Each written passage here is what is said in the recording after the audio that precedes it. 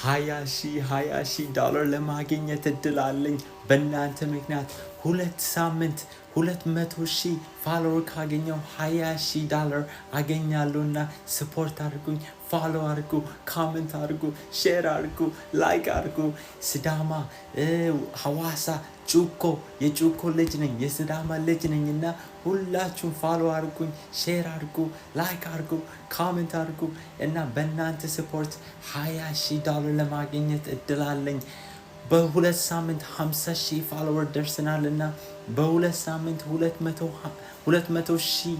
ፎሎወር ከገባው $20,000 አገኛለሁና እናንተንም አባርካችኋለሁ እኔን